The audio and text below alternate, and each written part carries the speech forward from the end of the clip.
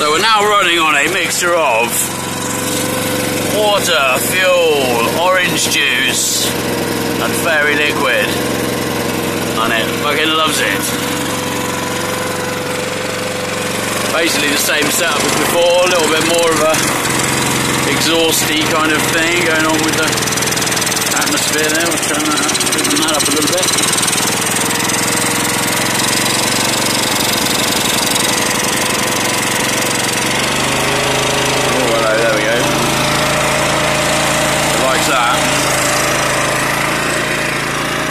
Cool.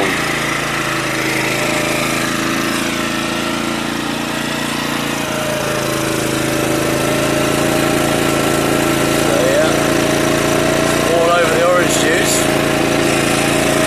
Generator's turning. Didn't wire up anything to test yet, but I think that's what we'll do now.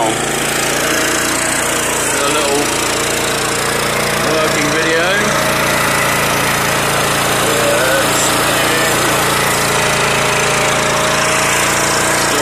Big vacuum through there.